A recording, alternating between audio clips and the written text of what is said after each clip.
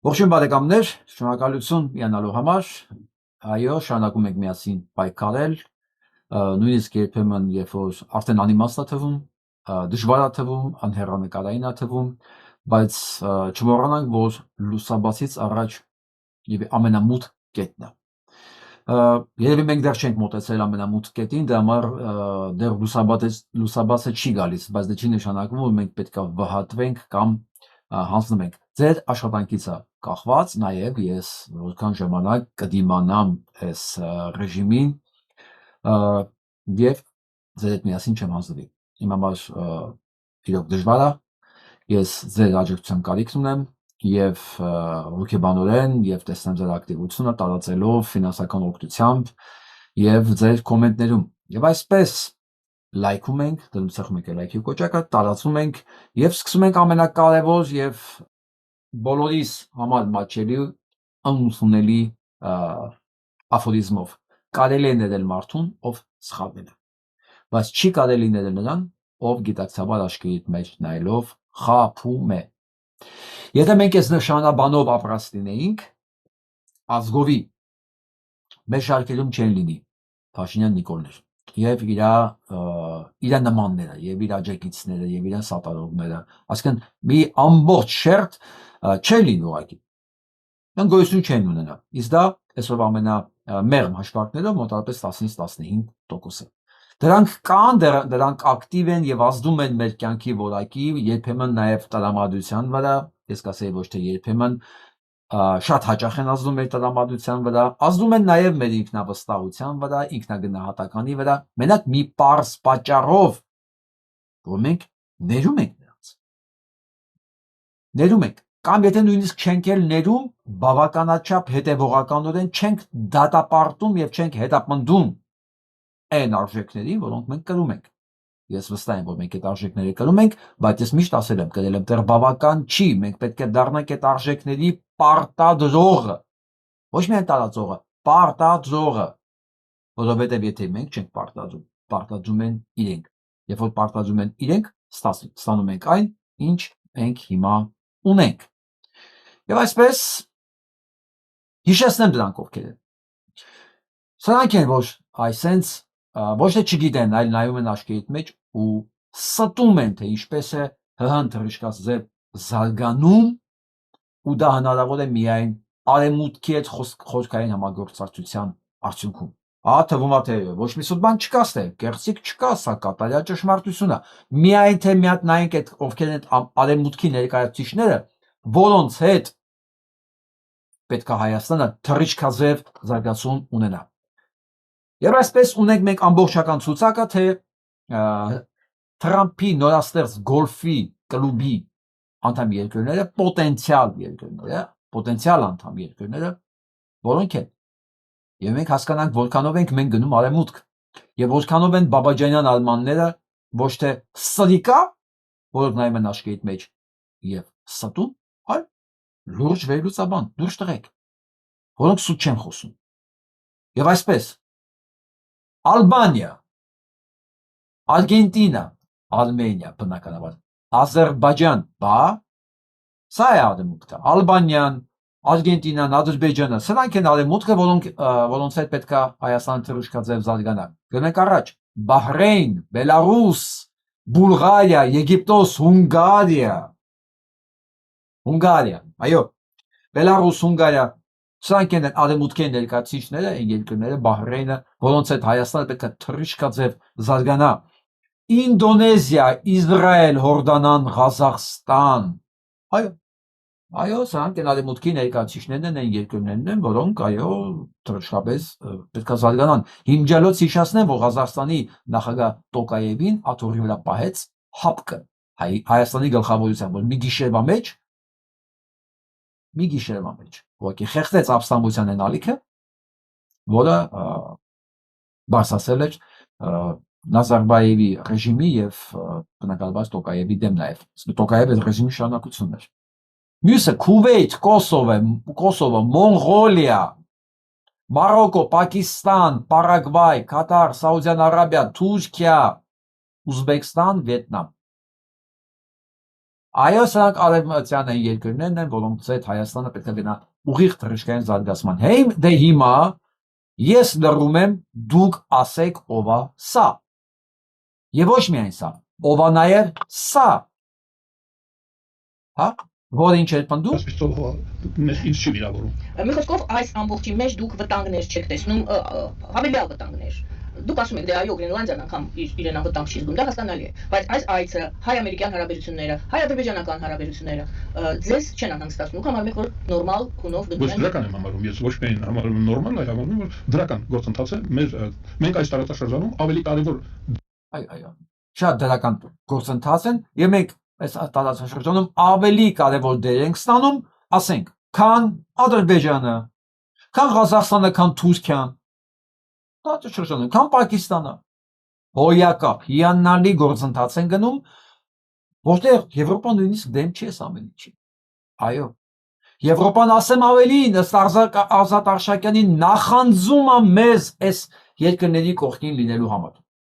Եվ այսպես վերադառնում ենք առաջի ասացվածքին եւ կարդում ենք. կարելի է ներել սխալվող մարդկանց, բայց երբեք չի կարելի ներել մարդկանց, որը նայում են աշխարհի մեջ, այսպես։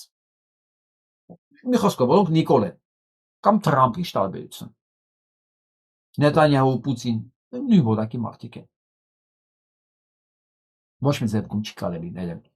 Եվ երբեմն այն լեքսիկոնային վերաբերմունքը, այն կտրուկ դիրքորոշումը, որ ես ունենում եմ, դա նանից չի, որ այդ մարդկանց ճանաչում եմ իծնե ու ես իրանց հետ մարդկային այնքան խոր կոնֆլիկտի մեջ եմ, որ ախորժակս փակվում է իրանց տեսնելուց։ Բոլորի։ Ես այդ մարդկանց չեմ ճանաչում, չեմ ուզում ճանաչեմ, հարցը դա չի, անձնական ոչինչ չկա, բայց ես ֆիզիկապես նողկում եմ ստից։ Սուտ դա իմ համար հավասարազոր է դավաճանության։ Սուտ խոսող տղամարդը դա իմ համար փալաս է։ Փալասը դեռ լավ է, կարելի է ոտերի տակ սրբել, գոնե մի օգտակար դեր ունի, էլի ֆունկցիա ունի փալասը։ Սրանք վտանգավոր են նույնիսկ նրանց համար, ովքեր իրենց վրա ոտքերն են սրբում։ Այո, դրանք իրենց համար են վտանգավոր, որովհետև վաղը այլ մարդիկ են սրանց վրա ոտքերը սրբելու իրենց այսօրվա տերերին հարվածելու համար։ Դրա համար ես սուտ խոսացող մարդկանցից ես ուղղակի ֆիզիկապես լավ բան կա, չի ասում, у меня такой личный неприязнь, հիշում եք Ֆրունզիկի խոսքերը, что я не могу кушать։ Ես այդ կարգի վերաբերմունք ունեմ սուտ խոսացող մանավանդ արական սեռի ներկայացի նկատմամբ։ Լսենք այս մեկին։ Փաշինյանը սահմանադրությունը փոխելով ուզում է կարճացնել Ալիևի լեզուն, այո, Փաշինյանը Ալիևի ցանկությունները իրականացնելով ուզում է կարճացնի Ալիևի լեզուն։ Սա գիտեք ինչին է նման, երբ որ մեկը ինքնական բռնաբարվում է, որպեսզի զրկի դիմացինին իրեն բռնաբարելու հաճույքից։ Սա մոտավորապես սրանց հոգեբանությունն է, գիտեք ինչի։ Որովհետև եթե զգացել են, ասենք պուչուլը ները դրսից դուրս են եկել, երբ որ զգացել են դիմացինը մեկն է, որ իրանց ուզում է վախեցնի, ինքնական իրենք իրենց պատժել են, հետո փախել են տուն, որ նրա զրկեն այդ հաճույքից, հնարավորությունից զրկեն իրենց պատժելու։ Սրանք այս ձևով մեծացած, այս ձևով աշխարհը պատկերացնող երևույթներ են, սրանք նույնիսկ մարդ չեն, սրանք չգիտես ինչ է։ Բնության մեջ սես կենդանի չկա։ Բնության մեջ Աստված Արարիչը ստեղծել է ցանկացած կենդանու ինչ որ պաշտպանական բնազդով։ Ասենք եղնիկը, եթե ասենք պաշտպանական շատ հնարավորություններ չունի, բայց գոնե արագ վազում է, որ փրկվի, հա։ Ոզնին, եթե նույնիսկ ժանիկներ չունի, բայց ասենք փշեր ունի, որոնցով պաշտպանվում է։ Բնության մեջ ցանկացած կենդանու տրված է պաշտպանության հնարավորություններ, նույնիսկ ոչխարը, երբ որ բարկանում է, երբ որ կատաղում է, նա նույնպես սկսում է պաշտպանվել, բոլորը բացի սրանցից։ Սրանք բնության մեջ նույնիսկ ասենք ոչխարին հավասար չէ։ Ես չեմ ասում սա վիրավորելու համար, ուղղակի ուզում հասկանամ սրանց նախատիպերը բնության մեջ ովքեր են, կամ ինչերը։ Եվ պետք է ասեմ, որ սրանց նման գոյություն չունի։ Այո։ Հիշում եք սրանց այսպեսի մի հայտարարություն, հեսա հիշեմ ով արեց, մի վարքյան, հեսա մտ անունազգանուն դուք հիշեցեք ինձ, իսկ ես հիշեցնեմ կոնտեքստը, որ Զանգեզուրի միջանցքը իրականացնելով Փաշինյանը պատժեց Ալիևին եւ Ալիևն ու Էրդողանը շատ բարկացած են այդ Զանգեզուրի միջանցքի պահով պատժեց դրանով, այսինքն իրականացրեց երկուսի երազանքը դրանով իսկ պատժելով Ալիևին եւ Էրդողանին։ Սա նույն օպերայից է, նույն ժանրից է։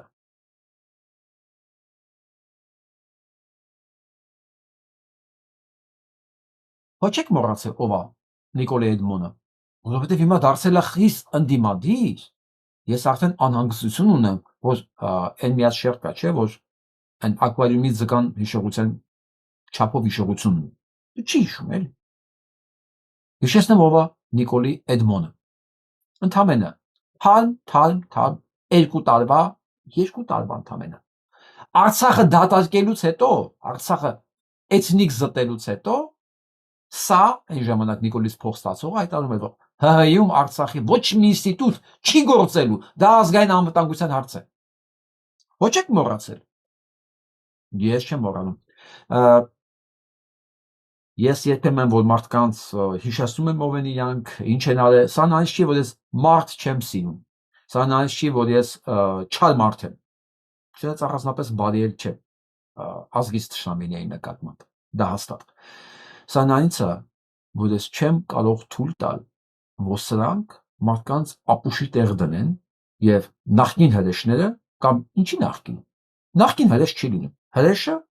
դիմակափոխվի եւ մյուս հրեշին քննադատելու հիման վրա փորձի հրեշտակել է։ Նո։ Իմ գործը մասամբ նաեւ դա է, որ բարբերաբար հիշեցնեմ սրանք ովքեր են եղել։ Դուք պատկերացեք վաղը կարող է կերպարանալ փոխվի նաեւ sense բազմասեր, բազմակի օգտագործված նաեւ Արման Բաբաջանյանները, Արամ Սարգսյանների նման, այնտեղ Խուշուձյան, Հովսեփ եւ այլն եւ այլն։ Իմ գործը նաեւ բարբերաբար հիշեցնել թե սրանք ովքեր են։ Իրանց ամբողջ կենսագրությամբ սա ոչ թե մոլորություն է, հիշեք։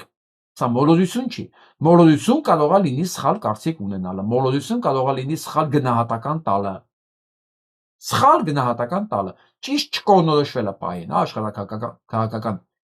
վիճակում, բայց դիտավորյալ ստելը դա ուրիշ բան է, մենք հաղորդումը դրանով սկսեցինք, չէ՞։ Հрьяաները այս առումով շատ լավ բան ունեն։ Ասում է Սյոմա հասկացի, ասում է, եթե մարդը գոհ է իշխանություններից, կամ նա տեղյակ չի, կամ հայ է իշխանության հետ։ Հին ճշմարտություն է։ Հին ճշմարտություն է, այն որ Էդմոն Մանուկյանը 23 թվականի Արցախը ցեղասպանելուց ընդամենը 1.5 ամիս հետո ասում էր Արցախի ոչ մի ինստիտուտ չպիտի գործի Հայաստանում, դա ազգային անվտանգության խնդիր է։ Սա նայ չի որ ինքը ապուշ է։ Չէ։ Նիկոլ Փաշինյան, հա ինչ տարբերություն։ Նիկոլ Մանուկյանին դժվար ապուշ ասել։ Չէ։ Ինքը ապուշ չի։ Գողի փայ է իշխանության հետ։ Այսօր էլ է փայ այս դերի համար, այս դերը կատարելու համար։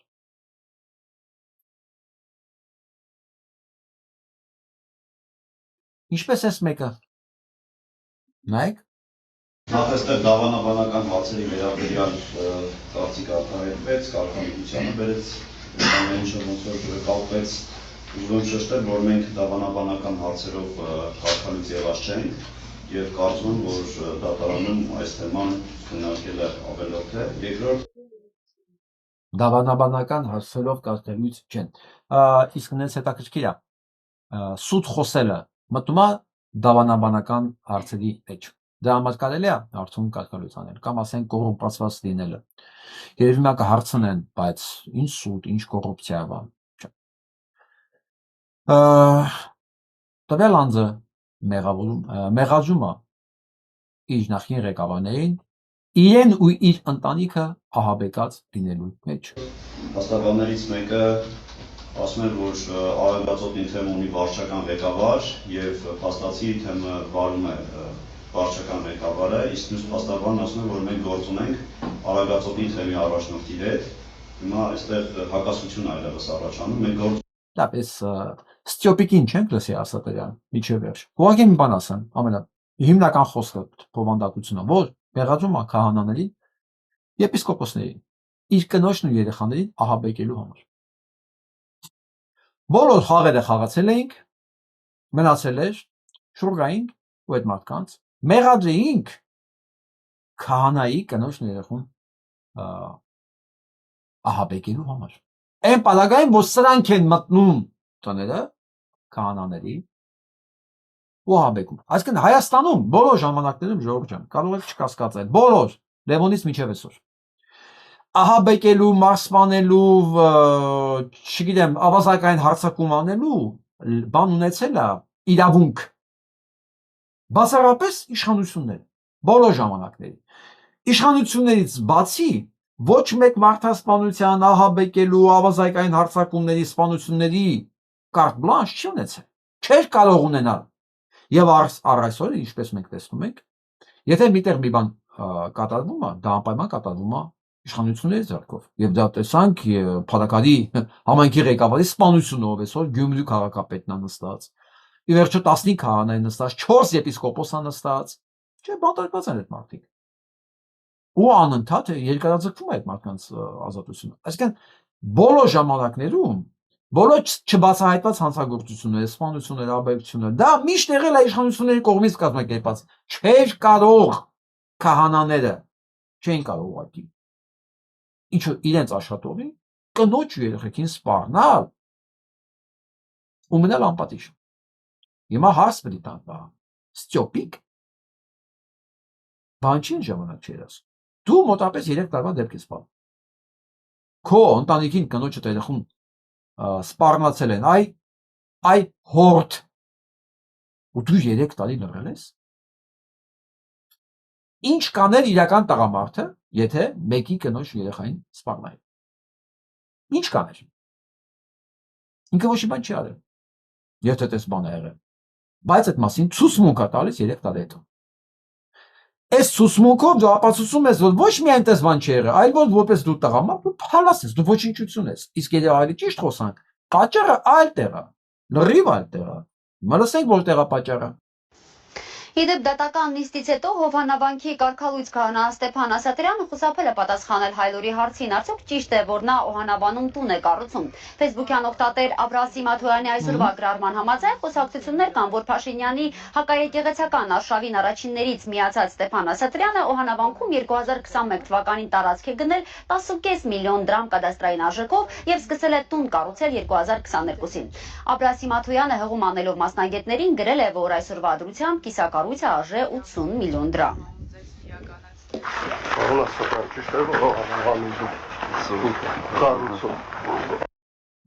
Դե պատասխանի։ Ողորմելի չնչին արարած։ Դե պատասխանի։ Որտեղից հոգեբորականին $200,000 եւ ավել։ Կա այդ հարցի պատասխանը։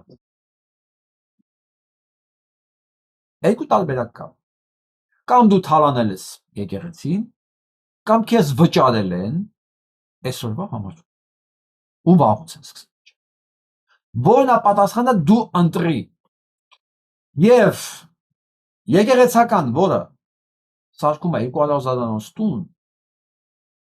Շորտ հասկանում եք այդ իշտիվը։ Պատկերացնում եք այդ իշտիվը։ Կներեք մոմ ծախելով, մատաղանելով, հարսանիք անելով, 50-100,000 դրամ աշխատելով, ամսական թեկուզ կես միլիոն դրամ աշխատելով, ասանք ընդհանուր չեն նկատա նույնիսկ ապրեն։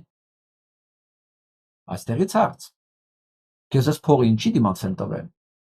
Դու չես կարող բիզնեսմեն լինել, դու չես կարող այլ բան անել, քան երկու տարբերակ։ Կամ դու հանցագործ սխեմաներով ես աշխատել այդ գործը, այս փողը, կամ դու հանցագործ սխեմաներով ես աշխատել ես։ Ուրիշ տարբերակ չկա։ Այսինքն հիմա հանցագործ սխեման կարա լինի եկեղեցի թալանելով կամ օտարերկրյա ծառայություններից կամ հայկական հատուկ ծառայություններից փող ստանալու։ Երկու դեպքում էլ սա անօրինական է։ Կա այդ հարցի պատասխանը։ Ստյոպիկ։ Իհարկե գոյություն չունի։ Եվ ամենակարևորը, ես ինչքան հիշում եմ հոգևորականը, որ ասում եմ հոգևոր պատճառներով չեմ ես կասկածուց եղել, հոգևորականները նյութական գայթակղությունների հետևից պետքա չգնային։ Հոգևորականը պետք է հոգևոր արժեքներով սնվեր, մերժած լիներ բոլոր տեսակի նյութական գայթակղությունները։ Սա է ձևակերպում, ինչ է նշանակում հոգևորական։ Դու շարքային տերտեր ես ուղղակի։ Գայշնիկը իր այն ժեզլով է փող աշխատում, դու այդ խաչը ձեռդ վերցել ես, մարդկանց խաբելով փող ես աշխատել այդպես։ Թալանել ես։ Դու հոգևորական չես կարող լինել ուղղակի։ Սա է հոգևորականի բանաձևը։ Իրական հոգևորական մերժած է լինում բոլոր տեսակի նյութական արժեքները։ Մնացածը սա ֆիկցիա է։ Ամեն ինչ։ Եվ այսպես Ռուբեն Ռոբինյանին ճանաչում եք, Թուրքիա ագենտին։ Գրումը քիչ առաջ Ստրասբուրգում ընդունվեց ԵԽԽՎ վեհաժողովի մոնիտորինգի ընթացակարգի առաջընթացը անվամբ բանաձև, որտեղ Հայաստանին վերաբերող հատվածում ի թիվս այլնի վեհաժողովը խորը մտահոգություն է հայտնում եկեղեցու մի քանի հոգևորականների կողմից իշխանությունը բռնազավթելու ծրագրերի մասին տեղեկությունների առնչությամբ։ Իսկ Ադրբեջանի վերաբերող հատվածում ի թիվս այլնի կոչ է արվում ազատ արձակել այնտեղ պահվող բոլոր հայերին։ Դե հիմա ես ուզում եմ հարցնեմ Ռուբեն Ռուբինյանին, թող սրա հերն էլ ուշադիր լսի Կարապետ Ռուբինյանը, որը որ մեկ-մեկ դժգոհ է լինում, որ ես իր լաճին ասում եմ այն, ինչ որ կա։ Դե հիմա երկուսդ էլ նստեք էկրանի մոտ ու ուշադիր լսեք։ Բայց բանաձևը ամբողջությամբ չի չես ընդունվում։ Հա, այդ թուրքի մնացող։ Բա ամբողջությամբ բանա ընթերցենք այս բանաձևը։ Եվ այսպես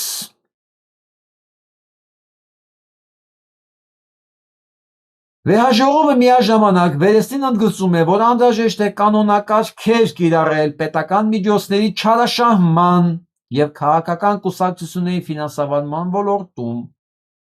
Ասված է Լավշացի падգամավորի Լատվիացի խորհրդանի փոխոսնակ Զանակալինինը իր զեկուցում ասել։ 2026 թվականի հունիսին կայանալիք խորհրդարանական ընտրություններից առաջ վեհաժողովը կոչ է արել Հայաստանին բարելավել քաղաքական մեծամասնության եւ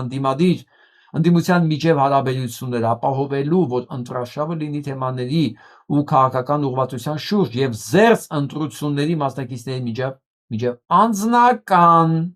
հարձակումներից։ Այդ համատեքստում վերաժողովը հղում է կատարում ռասիզմի ու անհանդուրժողականության դեմ պայքարի Եվրոպական հանձնաժողովի առաջարկությանը։ Ընտրված մարմինները եւ քաղաքական կուսակցությունները պետք է ընդունեն համապատասխան վարքագծի կանոններ, որոնք արգելում են ատելության խոսքի օգտագործումը, կոչ են անում իրենց անդամներին եւ հետևորդներին ձեռնպահ մնալ դրա մեջ ներգրավելուց, հավանություն տալուց կամ տարածելուց նախատեսելով պատժամիջոցներ։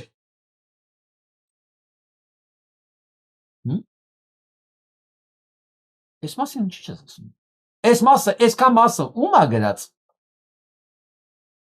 Ում է սա ուղված, այդ ատելության խոսքը, այդ ռասիզմը, այդ ամեն ինչ ով է տարածում, ով է օգտագործում։ Եկեղեցի։ Ով է տանում լցում KGB-ի պատվալները, ով է փռում ասֆալտին, ով ասում վեր են գեկտերները։ Մեխոսկով։ Ով է գոռում, որ պետությունը ինքն է։ Մնացածը բույս են, իհարկե բույս եք, դուք բույս էլ չեք։ Դուք ինչ որ ավելի ցածրակարգ բիոլոգիական տեսակ եք, որ ես չգիտեմ ոնց կոչել։ Բնության մեջ կա, ֆիզիկայի մեջ չկնեք, բիոլոգիայի մեջ կա այսպես հողաթափիկ ինֆուզորիա։ Իսկ թվում ամենացածրակարգ տեսակը դա է։ Երևի Փաշինյանը ձեր հենց դրա հետ էլ համեմատում է։ Բայց դա մասին ասա։ Ոնց դու կարող ես մի ամբողջ բանաձևից մի նախադասություն առանձնացնել։ Ու տիպիկ նիկոլական։ Տիպիկ։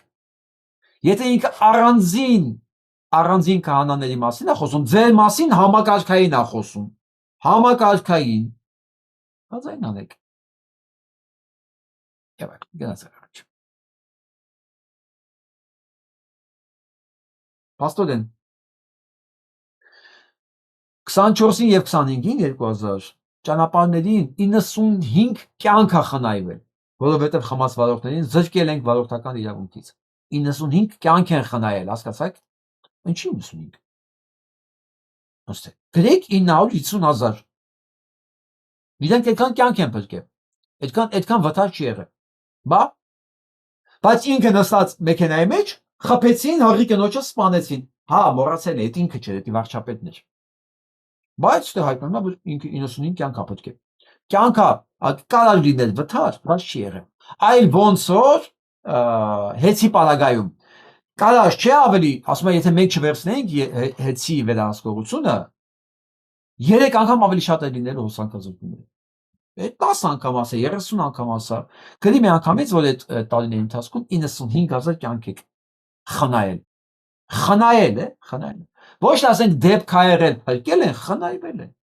Որովհետև ասենք վարորդներին զրկել են վարորդական իրավունքներից։ Դուք պատկերացնում եք ինչ մեծ գործ են արել։ Այսինքն այն ինչ որ իրենք պարտականային անելու։ Իրանք չէ, դա համար ոստիկանություն կա։ Այո, հարբած վարորդները պետք է զրկվեն վարորդական իրավունքից։ Ու սա ստատիստիկա, սա ապուշների համար արվում, հատուկ, ուրիշ բան չես կարող ասել։ Ապուշների կողմից ապուշների համար։ Ոնց է սա։ Մսեք։ Միավորը հանելով եկավ ընկավ իր տեղը նորմալ է։ Հեծը մեր պետության հավասար ռեյտինգային միավորն է, սա ինչ առողջ է։ Բա հեծը պետության համար նույն ռեյտինգն ունի, այսինքն ռեյտինգ չունի։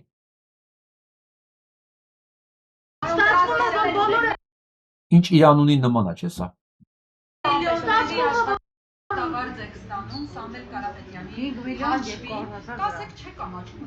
Ես թե ինչքան աշխատավարձ եմ ստանում, դա իմ անձնական Այս անառակի զավակին ասում են Սամվել Կարապետյանի շնորհիվ դու 5 միլիոն 200,000 աշխատավարձ ես ստանում, գետինը չես մատնում, չես ամաչում։ Իր անունին ինչ նման է, չէ՞, սա դեմքով նայեք,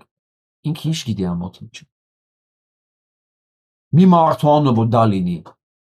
ինքը ինչ պիտի։ Ասում եք ինչքան մարդը պետք է ոչ մի բան լինի, որ իր անունը սա լինի։ Տղամարդու անունը լինի պուպուլիկ, սա ո՞դերից պետք է իմանա, ամոթի ինչ բան է։ Դա համար ինքը չի հասկանում։ Ինչի պետք է ամաչի, երբ որ Սամվել Կարապետյանի շնորհիվ պետք է ինքը 5 միլիոն 200,000 աշխատավարձ ստանա։ Ու ասում է սա իմ անձնական գործ է։ Այս տավանը լրիվ խառնել է իրար։ Պետության անունից զավթել են դա, ասում է դա իմ անձնական գործն է։ Քո անձնական բիզնեսն է։ Այ անունիդ համապատասխան։ Դա քո անձնական գործն է, ո՞ց է։ Քո անձնական միջոցներով ես եկել խլել այդ բանը, բիզնեսը։ Շարունակությունը լսեք։ Ժորժան, խնդրում եմ մի անջատեք, մարդիկ իմանան թե հոսանքազրկում ունենք, բայց հոսանքազրկում չունենք, 30%-ով հոսանքազրկումների վիճակագրությունը նվազել է մեր երկրում։ Լսեցիք։ Հոսանքազրկումը 30%-ով վիճակագրությունով պակասել է։ Բա ասեք եթե մյուս ապուշը կարա հայտարարել, որ 95 կյանք խնայել, սա էլ այս իր անունին համապատասխան երևույթը կարա հայտարարի, որ 30%-ով, այո, հիմա քիչ ենք ձեզ հոսանքազրկում։ Այ եթե իրանք չլինեին, դուք նոր տարեվանից առաջ 30%-ով ավել կմնայիք առանց հոսանքի։ Ես ուզում եմ հիշեմ 99 թվականից հետո երբ մենք մնացել առանց հոսանքի։ Ես ես մաչեմ հիշում։ 99 թվականից հետո, 98-99-ից հետո մի ոչ էր անջատումներ։ Ազատից մեկ կարող վթար լինել, ասենք ինձ հասված ժամերի ընթացքում վթար մեծ կարող է մի բան լինել, դա շատ օրվա լույսի։ 1000-ից 1 ու սա իր անունին համապատասխան երևույթը հայտարարում է, որ այնի 95 կյանքը խնայել է, էսի 30% ավելի քիչ է հոսանքազրկում, հեծը զավթելը իր անձնական խնդիրն է։ Բայց ինչ է կարել, պարոն Պետրոսյան, ինչով էր դա պայմանավորված նվազել։ Ասեմ, մենք վերացրել ենք մի շարք ենթականներ, տեխնիկական խնդիրներ ենք վերացրել եւ վերազինել ենք, կոպեկ եք ծախսել ընդեղ։ Լավ, Ժորժան, ես չեմ ուզում այս մանրամասների մեջ խորանամ, դե իրանք որ խոսում են, իրենք իրենց համար աուդիտորիա ունեն։ Իմջելուց, մենք էլ մեր աուդիտորիան ունենք, չենք մոռանում տարածել, բաժանորդագրվել, եթե բաժանորդագրված չեք, որովհետև տեմպերը ընկել են, հարցակումը ալիքի վրա չափազանց մեծացել է, դիտողականությունն ու տարածումը կտրուկ ընկել է, սա նշի, որ ժողովուրդը դադարել է իր ճակատագրով հետաքրքրվել, բոլորովին։ Ուղղակի YouTube իր ալգորիթմն ունի, երբ որ քիչ են տարածում, քիչ են գրում լայքի կոճակ, չեն սեղմում, չեն տարածում, կոմենտներ չեն անում, YouTube-ը մտածում է, որ այս ծրագիրը այդքան արդեն ակտուալ չի։ Դա բանալով, ձեր ամեն մեկի մասնակցությունը ակտիվ, տարածելով, գրելով, ջնջելով, պատասխանելով, լայքը սեղմելով, YouTube-ին ասում է, որ այն ինչ որ կատարվում է այս YouTube-յան ալիքում, կարևոր է։ Որտեղ մենք անհասանելի ենք մարդկանց համար, այդ մարդիկ ստիպված լսում են իր անունին համապատասխան այս դեմքին, հենց իր անունին համապատասխան տեքստեր։ Դուք պատկերացրեք այդ խեղճ ժողովրդի վիճակը։ Ես մարդկանց չեմ կարող մեղադրել, երբ որ ասենք այսօր լսելով կարող են սխալ եզրակացություններ անել։ Դե մարդիկ եզրակացություն են անում իրենց ունեցած ինֆորմացիայի շրջանակներում։ Ես չեմ ուզում իրենց մեղադրել դրա համար։ Ես ավելի շատ մտածում եմ, որ մենք ենք մեղավոր, ես եմ մեղավոր մասնավորապես, որ ես իրենց անհասանելի եմ։ Դրա համար ձեզ խնդրում եմ ամեն ձևերով հասանելի դարձնել մեր խոսքը, մեր ինֆորմացիան։ Կամ բան։ Կանենք, կունենանք փոփոխություն։ Չենք անի, դե ունենք արդեն այն ինչ ունենք։ Դե արդյունքում էլ ունենք, ասենք, այն քաղաքապետը, որ ասում է նոր տեխնոլոգիաները պետք փորձարկենք, ու գիտեք այդ նոր տեխնոլոգիան որն է։ Սառցի դեմ պայքարելու, ձուն հավաքելու դեմ, ձունը հավաքելու դեմ պայքարելու համար։ Օրինակ, ջրի լուծույթով աղ նախորոք ցանումը։ Բա դուք հասկանում եք, չասեմ, արհեստական բանականությունը արդեն պետությունները ղեկավարում։ Ավինյան Տիկոն գտել է նոր տեխնոլոգիաներ։ Դա ջրի լուծույթով աղի նախորոք ցանումն է։ Այբ որ մարդիկ տեղեկացված չեն, սրանք կարողանում են սենց բաներ էլ ասել, մարդիկ մտածում են, ահա, հարցի լուծումը գտավ, ուրեմն փաստորեն մեր խնդրեմը ոչ թե չհավաքած ձյունն է, չմաքրած ճանապարհները, այ նոր տեխնոլոգիա աղ խառնում է ջրի հետ ու նախորոք ցանում ես։ Ու ինչ ալնում։ Ու ինչ ալինում այդ ժամանակ։ Այսինքն 8 տարի է պետք կառավարել բանը պետությունը, եթե սա իհարկե լուծումը, 8 տարի, որ այդ նոր տեխնոլոգիան գտնեի։ Ես նման պրակտիկա չգիտեմ, եթե կա մեկը, որ մի երկրում գիտի, որ նման բան է կատարվում, միջև սրան հանել վերև հայոյանքների տարափով, ես ասում եմ գրեք էլի, աշխարհում կա մի տեղ, որտեղ նախորոք ջուր են ցանում, այն էլ աղի լուծույթով, որ ասենք ձյունը չհավաքի ու չփակի ճանապարհները։ Պատկերացնում եք, գրեք էլի։ Ես օրինակ ստեղ գիտեմ ինչ են անում։ Ամերիկայի Միացյալ Նահանգներում ձյունը միջև կգա, արդեն աղը հատուկ քիմիկատ է։ Ավազի հետ արդեն ճանապարհների վրա, միջև ձյունը կգա, չի գա, սառույց չի կապում ամեն դեպքում ճանապարհների վրա։ Այդ չեմ ասում ամբողջ գիշեր ձյունա որ մաքրում են։ Հիմա էլ որ բանը Նյու Յորքում եւ ամբողջ Ամերիկայում, մասնավորապես Նյու Յորքում իմ մեքենան միջև ապակիները ձյան մեջ է հիմա։ Վախենում եմ միջև մարդ մնա այնտեղ։ Հա։ Բայց այնքան են մաքրել են, ուրեմն ճանապարհը մաքուր է։ Իմ մեքենայի միջև ապակիները ձյունա, այդքան տեղ սենց։ Դե եթե ես պետք է մաքրեմ, որ իմ մեքենան կարողանա փողոց դուրս գա։ Դե հիմա ինձ հələ որ պետք չի մաքրում։ Հարցն է, ճանապարհները մաքուր է, կարող եք ով այս կողմեն ապրում կհաստատի Ամերիկայի Միացյալ Նահանգներում ինչքան ձյուն է եկել, անհնարին քանակությամբ, անհնարին, բայց ամբողջ գիշեր մաքրել են, ու այս իր ասած բաններ, քիմիկատներ նախորոք են լսում։ Բայց նույնիսկ եմ ասում, քանի որ մարդիկ այլ ինֆորմացիայի աղբյուրներ չունեն, կարող է լսեն Տիգրան Ավինյանին, ասեն նրա դե փաստորեն հայ էլի, այս խեղճ մարդիկ ինչ անեն, նոր են, այդ ջութը նոր է, հա, բան եղել։ Ի հայտ եկե, որ կարելի է ջույր լսնել, աղա ջույր լսնել, ձյունը գալ ու չհավաքվել ճանապարհների վրա։ Պատկերացնում եք, ձյունը ինքնին պետք է վերադառնալ վերև, որ աղաջուր տեսնությունը վախից հետ է գնում։ Երևի սա նոր տեխնոլոգիա է, էլի չգիտեմ։ Չգիտեմ, գրեքին շատ հետաքրքիր է, որ երկրում նման բան։ Սա մեր Այդ ընկերն մասին է։ գիտեիք, որ Միկայելը նման որոշում է կայացել։ Ես չեմ իմացել, եթե իմանայի չէի կանխի, միանշանակ չէի կանխի, Ասեմ ինչի մասին է խոսքը։ Սա Միքայել Միքայելյանի մասին է, որը իր բանի վրայից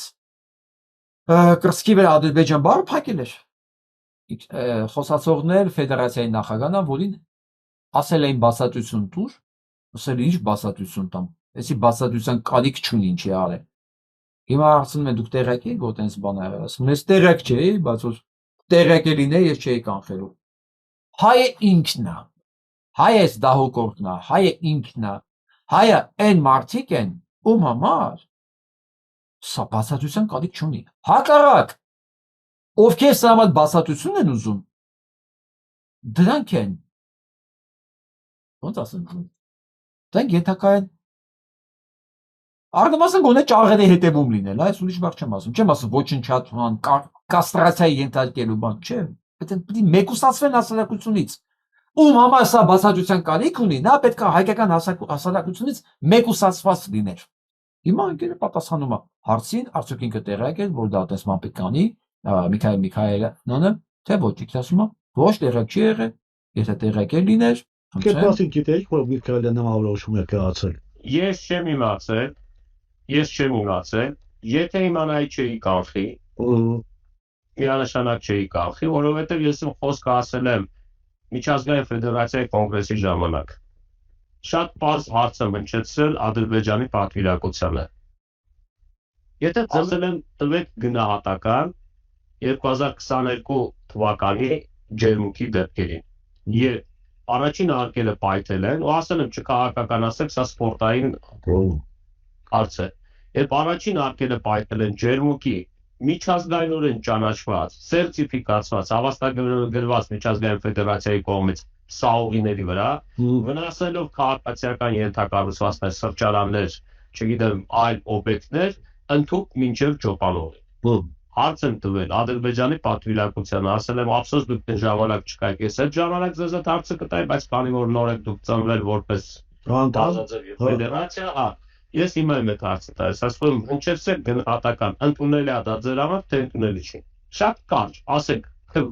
դատապարտում եք, թե չեք դատապարտում։ Բոլորը ձեզ են լսում, ուզում են հասկանալ։ Պատասխան եղավ։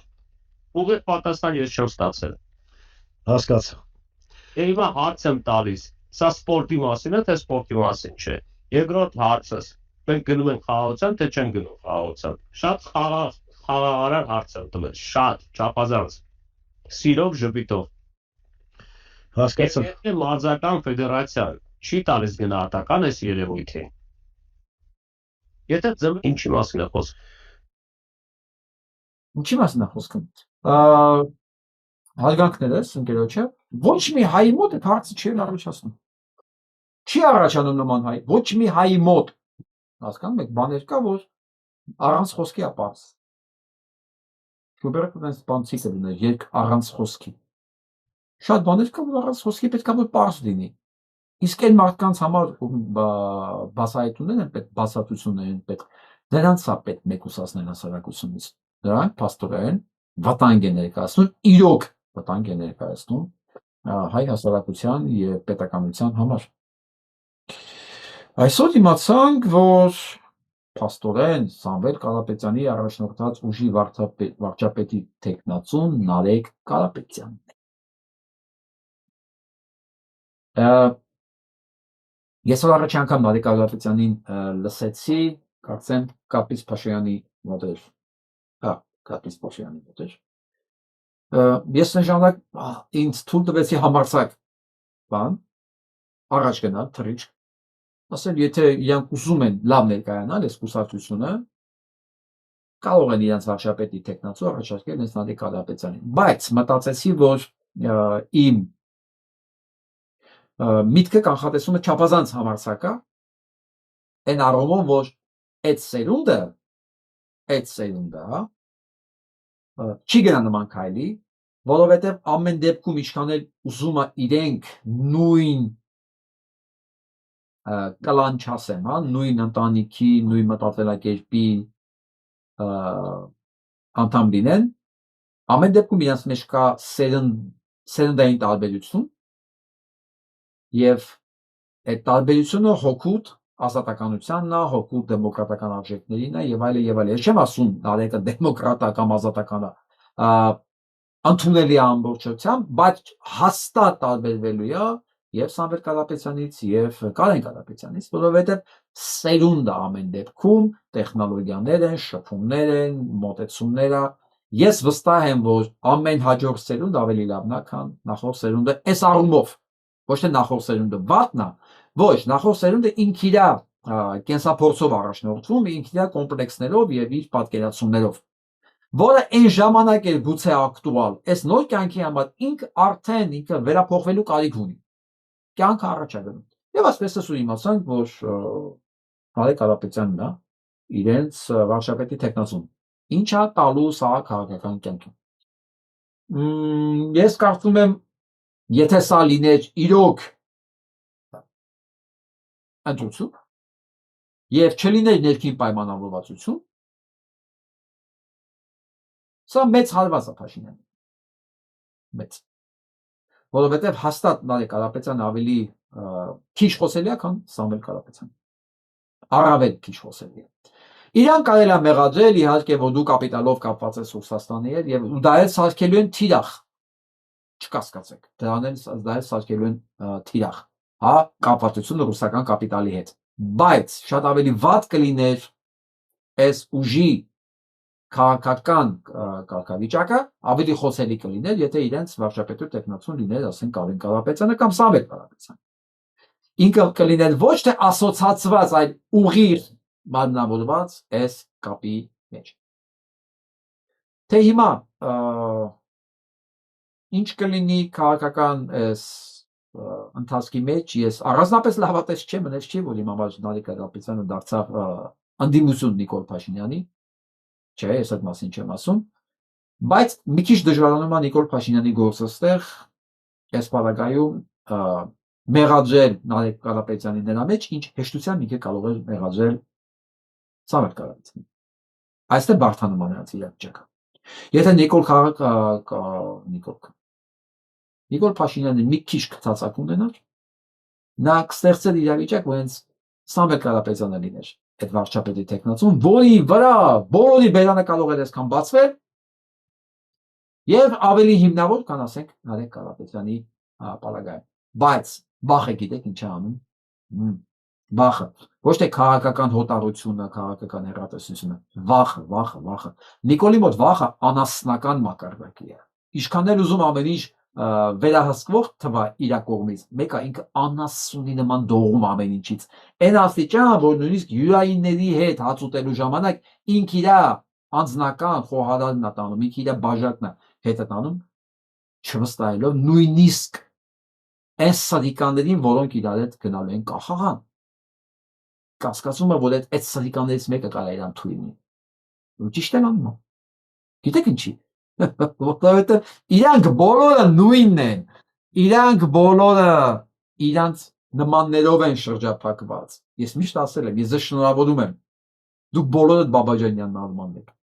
դուք բոլորդ Ստեփան Գրիգորյանն եք կամ չգիտեմ Ազատ Արշակյան կամ Նիկոլ Փաշինյան, այսինքն ցանկացած ձեզանից մեկը, որ դուք նստում եք իր հետ հաց ուտելու, երկուսը կոնայմա կողքները տեսնես, Էսա նրան ձայնագրում, թե նիա նրան ձայնագրում, թե երկուսն էլ միաժամանակ իրար ձայնագրում են, ով կարող է վնասતા, ով կարող է բամբասի խփի։ Մի խոսքով դուք այնքան ողորմելի վիճակում եք, որ դուք չունեք աշխարհի վրա մի տեղ, որտեղ դուք կարող եք ձեզ հանգիստ զգալ։ Դուք չունեք աշխարհում մի մարդ, որի մոտ կարողանաք ձեզ թույլ տալ անկեղծ լինել, էլի, sense։ Այն Չարենցի ասած, այն կուզեմ հիմի փչի զուռնեն ու հարփածը լնեմ միջև եկուց, հա։ Ասենց այս վիճակը ոչ մեկիդ մոտ կյանքում չի կարա լինի, որովհետև դուք չունեք այդ տեղը։ Չունեք այդ տեղը մի գլուխներդ հանգիստ դնեք ու հարփածնեք միջև եկուց։ Դրա համար պետք է շրջապատված լինել մարդկանցով, որոնցից վտանգ չեք սպառնում, որոնց մոտ կարող եք դուք ձեզ թույլ տալ, սենց զուրնի տակ sense բաց լիներ, չէ։ Դուք ձեզ սեփական ախրանաներով պետք է մանգաք, սեփական պովարներով, աֆիցանտներով, սեփական բաժակներով, անդադ կողմերով նայելով, բայց կյանքա որ դուք ապրում եք, էտելած է շիտ, էդ գրիչ։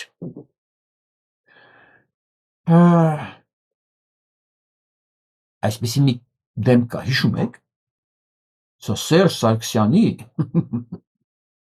վերահսկողության բանն էր, պետն էր, Իշխան Զաքարյանը, բարգավաճորը, ոչ նիստի է գալի, ոչ երևում է, ոչ մի բան, բայց բիզնեսների անտիրաշխատում են, ինքը համաշխատաբարձրանում պատկերավիճակ։ Սերժի բոլոր կադրերը Արտաշես Թումանյանից սկսած մինչև Իշխան Զաքարյան, այդ ամենա, սա գիտեք որ կադրերն են։ Այսի Աշոտյան չեն, սրանք։ Աշոտյաններին կարելի է դատել, բան, այս կոմիկոն տանել, բերել, թող իրանք խոսան ակտիվ։ Սրանք ուրիշ որակի կադրեր են։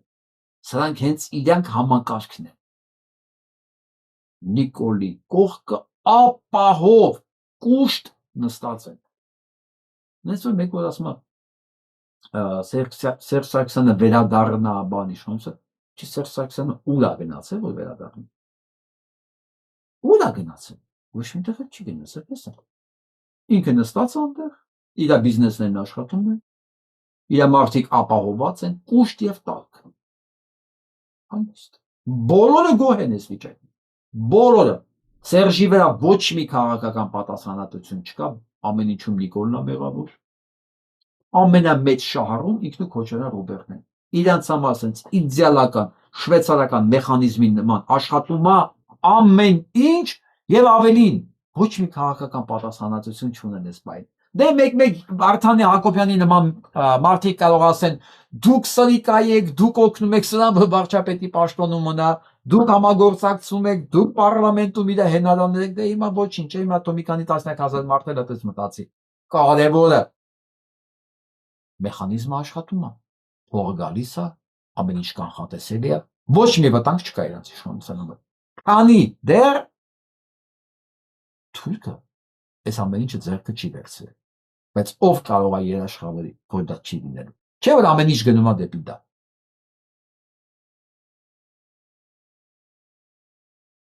Սա էլ ամեն ինչից գոհ ոչխար է։ Բայց այդտեղ հարց է առաջանում էլի, ով ավելի մեծ ոչխար։ Եվ այսպես այն բենզինը, որ Ադրբեջանից բերում են, արդեն 788,000 դոլարի բենզին են բերել։ Ադրբեջանական ԶԼՄ-ներն են գնում։ Այսինքն համարյա $1 միլիոն Հայաստան Ադրբեջանին փող է տվել։ Այսինքն Ադրբեջանը կարա $1 միլիոն զինվի հայկական փողերով։ Գրում են նաև, որ այդ բենզինը Հայաստանը հասնում 250 դրամով։ Բայց շուկայում վաճառվում է 440 դրամով։ Ընդ որում, հերթի տակ, այդ հայվան գնորդներն էլ ասով ձեզ էժան բենզին ենք բերել։ Էժան բենզին ենք բերել, կրկնակի թանկ ենք ծախում վերեկնել։ Իմջերոց 250 դրամ բերում են բոլոր բենզինները։ Պարտադիր չի գնեն Ադրբեջանից, որտեղ Ադրբեջանից գնում են ռուսական բենզինը։ Ադրբեջանի տարածքով ուղղակի։ Կարող ավելի էժան են գնել, ոչ թե 250 դրամ, այլ 200 դրամ, 220 դրամ, չգիտեմ։ Բայց ծախել են, չէ, 500-550 դրամ։ Նիկոլ Փաշինյան ընտրողներին սա էլ է քիչ։ Սա է։ Հայաստանում ինչքան վարորդ կա, ես հիշում եմ, բայց սարսափելի թիվ կար։ Լավ, մտքի չի գալ, բայց շատ մեծ թիվ էր։ Նույնիսկ եթե այդ բոլոր վարորդները դեմ քրվարկեն Նիկոլ Փաշինյանի, վարորդները, որ իրանց այսքան տարի խփել է, քերել է, տարել է, թալանել է, մենակ բենզինի գնով, մենակ բենզինի պահ, շատ բան չեմ ասում։ Բենզինը հեսա ապանը կրկնակի թանկանում։ Շնորհավորում եմ ձեզ, գույքը հայկն է արդեն թանկացել եւս 100%-ով։ Եվս 100%-ով։ Ով է Փաշինյան Նիկոլին ձեն տալու ու ինչի համար։ Բացի ակեն տականքախումբը, որ ասենք իրենց ուղիղ աշխատավարձաստանում խոսալու համար։ Ու Բաբաջանյան Արմանն մի խոսքով։ Բաբաջանյան Արմանները Արամ Սարգսյանների այսօր իմացա, որ Արամ Սարգսյանն է որպես վարչապետի տեխնացու առաջադրվելու։ Կես տոկոսանոց Վազգենի քուրը։ Վարաշապատում կես տոկոս է չկարողացավ տանել։ Այդ էլ վարաշապատում է, որ բոլոր լծակներն իրենց ձեռքներ։ Բայց Նիկոլին այդ կես տոկոսն էլ փաստորեն կարևոր է, որը վկայում է նրա մասին, որ վատ է վիճակը։ Եթե իր հույսը Վազգենի քուրն է, ասենք մարդ, որ երևի իր ընտանիքում էլ են իրան քֆուշ տալի։ Մարդ, որ ասում է կարևոր չի մեր երեխեքին ինչ կանեն, առևտուր անենք մենակ թուրքերի հետ։ Մարդ, որ ասում է ոչինչ, ամուրսարը դու քանդեն, թույնը գա, ընդ որում նստելու ամուրսարի թուրնը առաջին հերթին Արարատի վրա։ Հենց ուղիղ գծով մի 20-30 կիլոմետր է հեռու։ Ուղիղ գծով, ասենք փոշու ամպը գալիս է իջնում է միանգամից Արարատի վրաններից։ Այդ համար կարևոր չի։ Երեխեք, թոռներ, հարևաններ, բարեկամներ թքած ունենա բոլորի վրա, բոլորին քարսկեղով կտապակի, մենակ 1 կոպեկ ավելի փող ունենա։ Ու ինքը պարզ ասում է, ինչ կապ ունի թուրքը մեր հետ ինչ կանի, փողը լինի։ Եվ Փաշինյան Նիկոլի հույսը նաև մնացել է այդ կես տոկոսանոց միկրոբը, ուրիշ բան չեմ կարող ասել։ Եվ այսպես անցնենք ավելի լուրջ քաղաքականության։ Հրեաները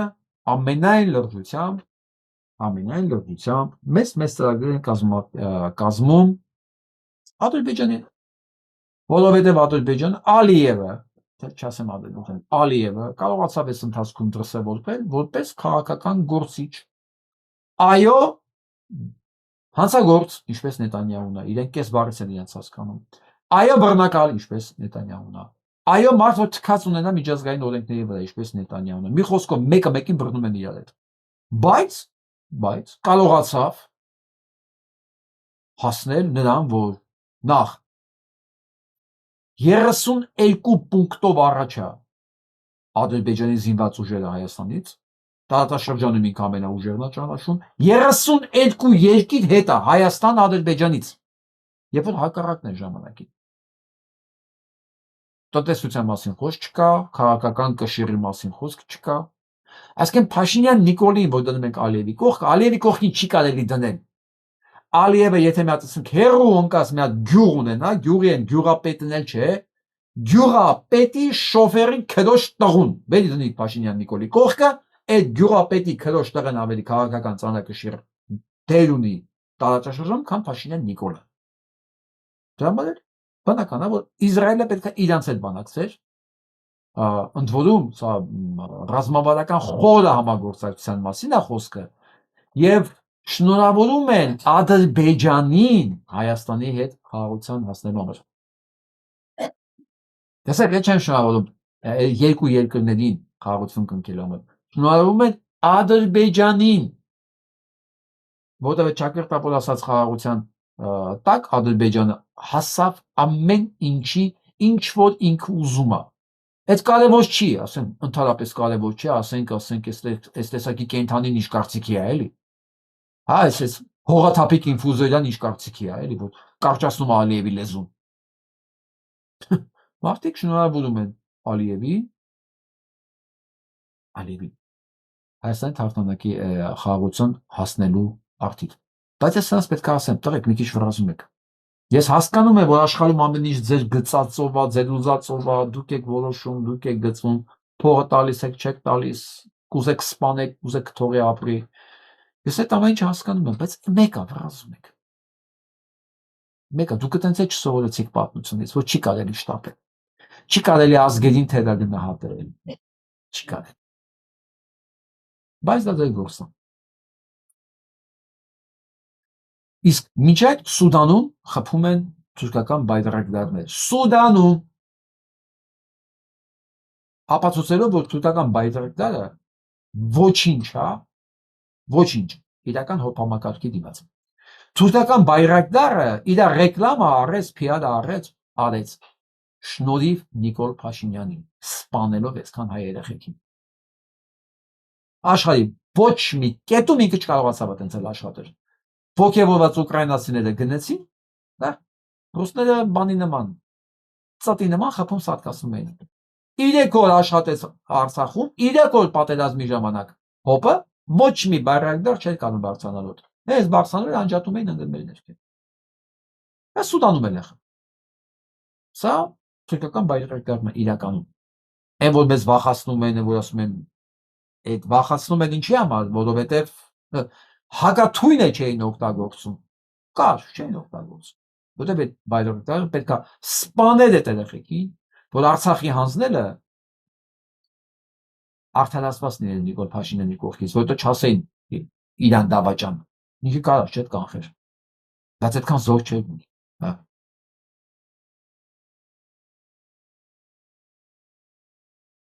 Դամասկոսը սկսել է շահագործել քրդերից գրաված նավթահորերը, գիտեք ինչի։ Նույնը Սյունիքն են սկսելու շահագործել, ով է Դամասկոսը։ Սիրիա։ Ով է Սիրիայի այսօր ղեկավարը։ Դա թուրքերի պրոքսին է։ Էրդողանի կառավարությունը նշանակած ընդ է։ Իհարկե համաձայնեցած Իսրայելի եւ Ամերիկայի Միացյալ Նահանգների հետ։ Ինչ արեցին, հարձակվեցին քրդերի, տեղափոխեցին, իրենց վտարեցին, շահագործում են այս նավթահորերը։ Ինչ ա լինելու Սյունիքի հետ շուտով, նույն բանը։ Նույն բանը։ Դե իհարկե Ազատ Աշակյանի ամուսը շատ լուրջ ձեռքբերում է։ Շատ։ Եթե մեկը կասկածում ասեմ քրդերի անվտանգության երաշխավորը բարեկամը Ամերիկայի Միացյալ Նահանգներն էր։ Ինչպես այսօր փորձում են Հայաստանի բարեկամ ներկայացնել Ամերիկայի Միացյալ Նահանգներին։ Ամերիկայի Միացյալ Նահանգները բարեկամ չի։ Դա հետորվա ադմինիստրացիայից է կախված։ Իսկ Թրամփի ադմինիստրացիան ոչ թե բարեկամ չի, ինքը աշխարհի թշնամին է։ Հայերը ընդհանրապես կապվում են, ինքը Ադրբեջանի բարեկամն էլ չի։ Ինքը աշխարհի թշնամին է, ինքը բարեկամանն է, ով այդ պահին իրան կարողանում է փող տալ։ Վերջ։ Իսկ Հայաստանը փող տվող չի, Ադրբեջանն է փող տալիս, Իսրայելն է փող տալիս, Թուրքիան է փող տալիս։ Քրդերը չկարողացան փող տալ, վտարեցին նավթը իրանց նա։ Վենեսուելան չկարողացավ, չուզեցավ փող տալ, գողացան, նավթ են շահագործում։ Գրենլանդիան չի ուզում փող տալ, Գրենլանդիան կգրավեն։ Էսա նավթ, էսա Թրամփը։ Ես հասկանում եմ, որ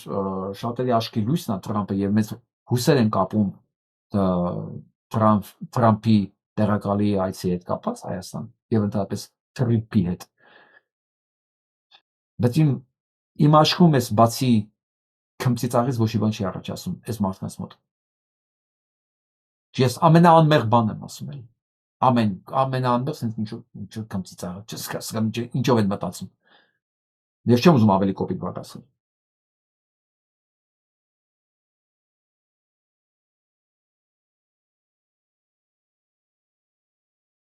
Մայն բանին է սպառնում այս հոգեկան հիվանդը։ Կանադայի, եթե դու հանկարծ գնացի Չինաստանի հետ առևտրային համաձայնության, էլի տարիվ քո նկատմամբ, բայց աշխարհին սպառնում է, հետո ասում է ինձանից հեռացակ, ես ձեզ էլի տարիվների մեջ կգցեմ։ Աշխարհում այսօր ամենամեծ վտանգը սա է։ Ատոմային ռումբերը չեն, տաքացող կլիմայի փոփոխությունները չեն, չէ։ Փաշինյան Թրամփն է այնտեղ։ Կամ Նիկոլ Թրամփը, չգիտեմ։ Կամ Դոնալդ Փաշինյանը, ոնց ուզում եք ասեք։ Ասում եմ, մի ձեռով ուզում է խեղդի Կանադայի, մի ձեռով ասում է, եթե Չինաստանի հետ համագործակցության գնացի, ավելի կխեղդեմ։ Ինչ է կարծում կարողանալու է անել։ Իհարկե ոչ։ Իհարկե ոչ, բայց Հայաստանում դա չեն հասկանում։ Հայաստանում այս ամեն ինչը բան են անում, ընդունում են որպես արևմուտք։ Արևմուտքը հենց այս քաղաքականություն ունի։ Խեղդում է հարևաններին եվրոպական։ Հետո էլ ասում է, եթե չխեղդվեցիք իմ ուզած ձևով, ավելի կխեղդեմ ձեզ։ Սա Թրամփի արևմուտքն է, ըստ Բաբաջանյան եւ չգիտեմ Արսոտ Աշակյանների։ Ու մնացած այս վարսկանների, այս հոտի։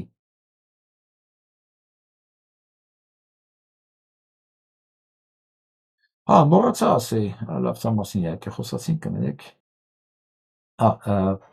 Երեք ասացի չէ, որ լուրեր կան, որ Հովնան Տերտերյանը միանալու է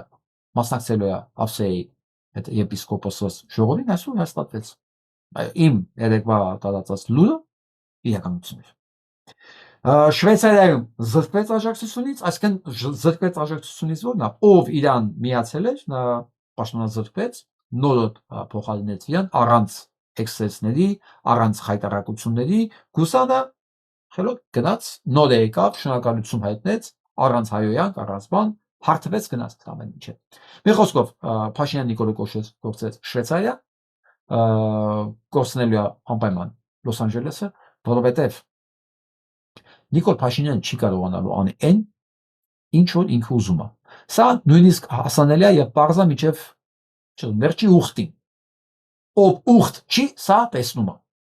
Ով չի տեսնում, կամ փայա, կամ իրոք ուխտ է։ Այն հрьяաները ոնց են ասում։ Ով հավանում է միշտ կառավարության հետ է, կամ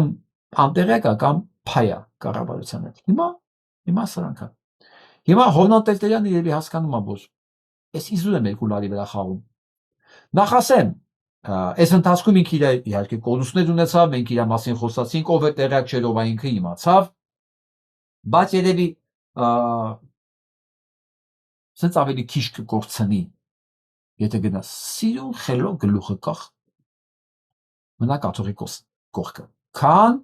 եթե հանկարծ որոշի, որ չէ, Նիկոլը այնքան ուժեղ տղա է, ինքը հաղթելու է։ Նիկոլ ուժեղ տղա չի։ Ուժեղ տղա չի նույնիսկ Թրամփը։ Բացարձակապես։ Այս բոլոր կապիկությունները, ինչ որ աշխարհում հիմա կատարվում է, Ադրբեջանում են հանդիպում, չգիտեմ, ուր Վաշինգտոնում են հանդիպում, սա մեկ տարվա կյանք ունի։ Մեկ տարի հետո այս ամեն ինչի մասին ոչ մեկ չի լիշելու։ Բացարձակապես մենք սա մասին դեռ խոսալու ենք։ Թրամփերը գալու են գնան։ Նիկոլները գալու են գնան, Նետանյահուները գալու են գնան, այս երկրները մնալու են, մարդիկ մնալու են, հարաբերությունները մնալու են, ինչքան պետք է մարդ կարճատես լինի ու ապուշ, որ որոշի, ասենք, այսօրվա իրա,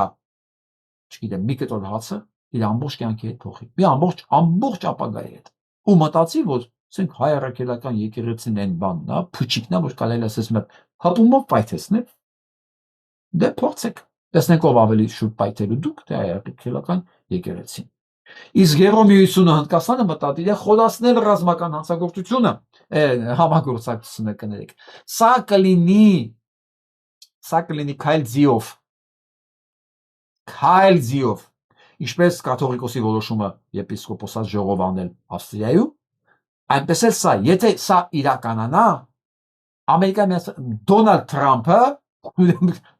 մաքսային դուսկերը կիրառելու եւ Հնդկաստանի եւ Եվրոմիության դեմ։ Ասի դուք իրավունք չունեք իր այդ բարեկամություն անելու, որովհետև աշխարհում եթե երրորդ տնտեսությունը կարելի է վերցնել, դա Հնդկաստանն է։ Ու Հնդկաստանը ինչ պետք է կարա ապահովի Եվրոպային եւ հակառակը։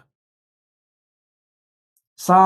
շատ կարևոր համագործակցություն է։ Եթե սան էլ գումարես նաեւ Չինաստանի հետ համագործակցությունը, կպարզ կդառնա, որ Եվրոպան Ամերիկայի կարիքը ընդհանրապես չունի։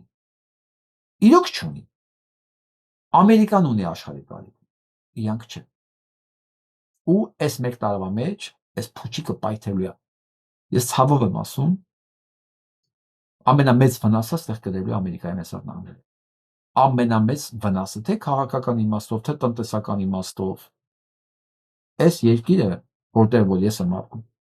մեծ վնասներ է կրելու այս ամեն ինչի արդյունքում։ Եվրոպային ոչ իման չի լինի, առիթից օգտվելու է Հնդկաստանը, Չինաստանը։ Այ անպայման նաև Ռուսաստանը։ Որովհետև եթե աշխարհում կար արբիտր, որը բանա խաղի կանոնները սահմանում եւ դրանից տուժում էր ագրեսոր երկիր Ռուսաստանը, այսօր այդ արբիտրը ինքն է դարձել ագրեսոր երկիր, ով կարող է միա այսօր մեղադրի նույն տոնով Ռուսաստանին պատերազմ հրավիրելու մեջ, չգիտեմ, ցեղասպանություն իրականացնելու մեջ, այս Թրամփի ֆոնին արդեն անլուրջ է դառնում։ Իսկ սա թե ինչպես են վերաբերվում Եվրոպայում, ասեք, Թրամփին։ Նեք։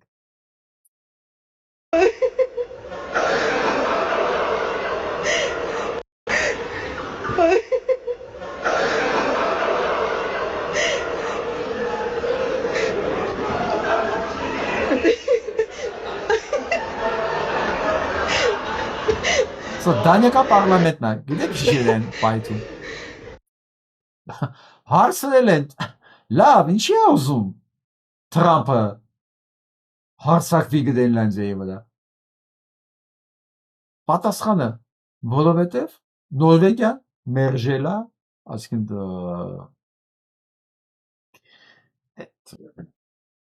այդ խորհուրդը ստացել իմ հարցը։ Նոբելյան մրցանակ տա Թրամփին։ Նորվեգիան հրաժարվել է Նոբելյան մրցանակ տա Թրամփին, Թրամփն էլ որոշել է որ պիտի հարցակվի Գրենլանդիայի վրա։ Սա է պատասխանը, հիմա ասել եւ ռեակցիան է։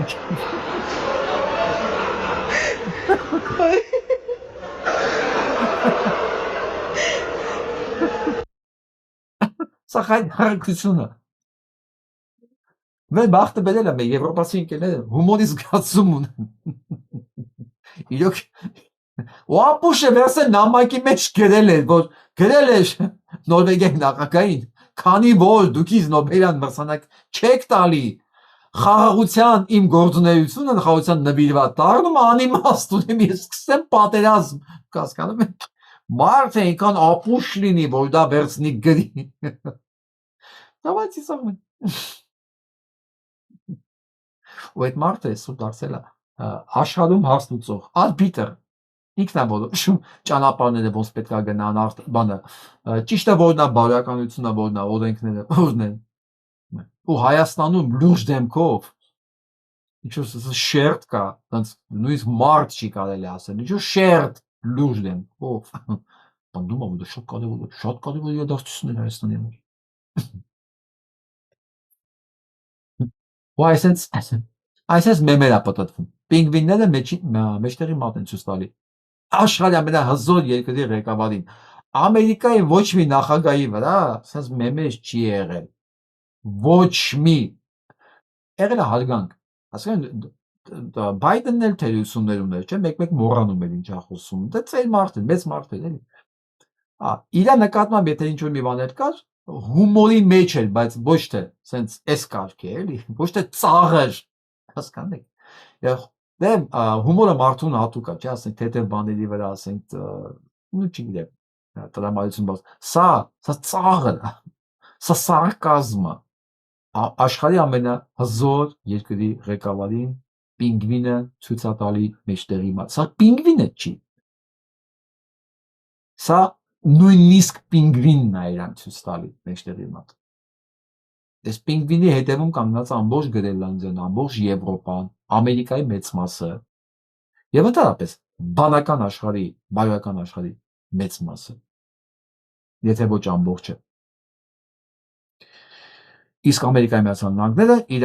ռազմածովային ուժերը մոտեցնում է Իրանին։ Խնդրեմ։ Պատերազմից 5 րոպե ենք պատասխան կատակ, բայց Աբրահամ Լինկոլն ամենամեծ իրենց ավիանոսեցը մոտենում է Իրանին։ Իրանն էլ այսօր բաներ նկարել վիդեո իր դրոններով, որով զգուշացնում է, որ գիտես ինչ, մենք ամեն ինչ տեսնում ենք, մենք ամեն ինչից տեղեկ ենք, դե բախտը փորձի։ Տեսնենք ինչով կավարտի։ Եթե պատերազմ եղավ, սա Հայաստանի փրկության հավանականությունն է մեծացնում։ Ոչ թե փրկությունն է, փրկության հավանականությունն է մեծացնում։ Սեղ Իրանը իրան զգուշացնում Ամերիկայի Միացյալ Նահանգներին, որ մենք տեսնում ենք, մենք հետևում ենք, դե փորձի։ Այս հոդվածում ասում է, որ այս մեկ տարվա մեջ ուրեմն Ցուկերբերգը, Facebook-ի տերը, Ջեֆ Բեզոսը, Amazon-ի տերը եւ Իլոն Մասկը հարստացել են 250 միլիարդով ավել։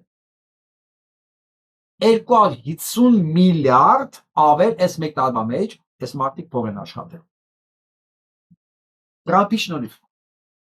Իրա հարկային քաղաքականություն, այսինքն վերցրեց, կտրեց աղքատներից ամեն ինչ, տվեց հարուստներին։ Այս 3 իր հետ 250 միլիարդ, այսօր իմ տղեն փոքր է։ Հաշվել են, որ եթե ստատիստիկական, եթե Ամերիկայի Միացյալ Նահանգների բոլոր անտուններին, հոմլեսներին, որ տուն չունեն, դուրս են մնացել, բոլորին առանձին բնակարաններ սարքեն, պետք է 2 միլիարդ։ 200 միլիարդով իրանք կարան Ամերիկայի բոլոր ինչքան որ տուն չունեն մարդիկ, խնդիր կա, չէ՞։ Այսօր այս սրտերի ժամանակ առելի մեծ քանակությամբ անտունա մահանում Նյու Յորքում, սարսափելի ցուրտ է։ Մահանում են այդ մարդիկ, ցրտից սառնում են, մահանում են։ Այսինքն ամբողջ Ամերիկայի Միացյալ Նահանգների անտուններին, հոմլեսներին տնավորելու համար պետք է 200 միլիարդ։ 250 միլիարդ այս երեք իրար հետ ավել փող են աշխատել։ Ոչ թե իրանց ունեցածը շատ ավելի շատ է։ Թրամփի շնորհիվ աղքատներ ավել են աղքատացել, այս իրեկը 250 միլիարդով ավել մանանած հաստատել։ Սա է Թրամփ ամերիկացու համար։ Ու այսքանով հանդերձ Թրամփը շարունակում է պաշտպանել այսի հանցագործությունները։ Այսի իր տերորիստական խմբավորման հանցագործությունները, որին կանաչ լույս է տվել, սպանեք ում ուզում եք, ինչքան ուզում եք, դուք պաշտպանված եք, շարունակում է պաշտպանվել։ Աղքատներն աղքատում են, հարստներն հարստանում են, իր տերորիստական խմբավորումները կրակում է ժողովրդի վրա։ Սա բերելու է հետևանքների, եթե ոչ քաղաքական, եթե ոչ քաղաքացիական պատերազմների, իմպիչմենտի անպայման բերելու է։ Այս տարվա վերջին ընտրությունները նոյեմբերին է, եթե ինքը կորցրեց մեծամասնությունը սենատում եւ կոնգրեսում, իմպիչմենտը պատկեսա ու կորցնելու է։ Վերադառնանք մեզ ու լսենք Սամվելին։ Թռուցիկի համար քաղաքացիների վրա քրեական գործեր են հարուցում։ Թռուցիկի համար քաղաքացիների վրա քրեական գործեր են։ Այս ընկերները ուրեմն Նիկոլ Փաշինյանի այցից առաջ թռուցիկներ էին բաժանել։ Թռուցիկ բաժանելու համար մարդկանց վրա քրեական գործեր են հարուցում։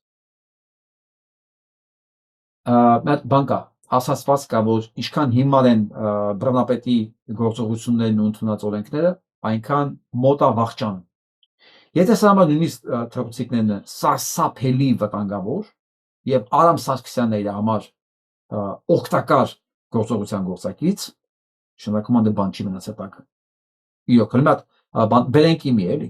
բերենք իմի։ Մարդը իր ընկերների մեջ չի կարողանում հասուտի, չի վստահում։ Իր մատուցողին, իր բաժակները տանում։ Թռուցիկ բաժանողները քրեական գործեր հարուցում։ Հույսը դրել է 0.5% Արամ Սարգսյանի վրա, որին տան է իր նույնիսկ բարև չեն տալիս, ով է ինքը։ Իր հույսով է Ալիևը, Թրամփը։ Դիլեքի Տուգանդիան ընտրել։ Ընտրելու է հայ մարդը, չէ՞։ Այո, Թրամփի դա տեղն է մնալու Ալիևի իրեն, բայց ընտրելու է ընտրության գնալու է հայ մարդը, չէ՞։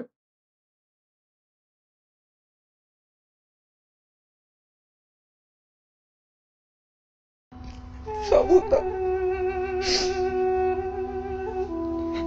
Երբ վարչապետը կանգնեց, ասեց կարայինք պատերազմը կանգնացնեինք առանց զոհերի, արդյունքը նույնն էր կամ զոհերով, այսինքն այս 5000 մատղաշ երեխեն խանգարում էր մեր վարչապետին, չգիտեմ։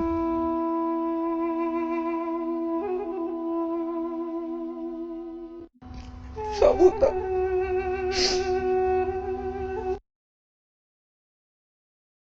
Ոչ մեկից չի մոռացել։ Մարդիկ չեն մոռացել։ Ով որ մոռացել է, դա մարդկային կատեգորիաների մեջ չի մտնում։ Իսկ ես ներքին համոզվածություն ունեմ,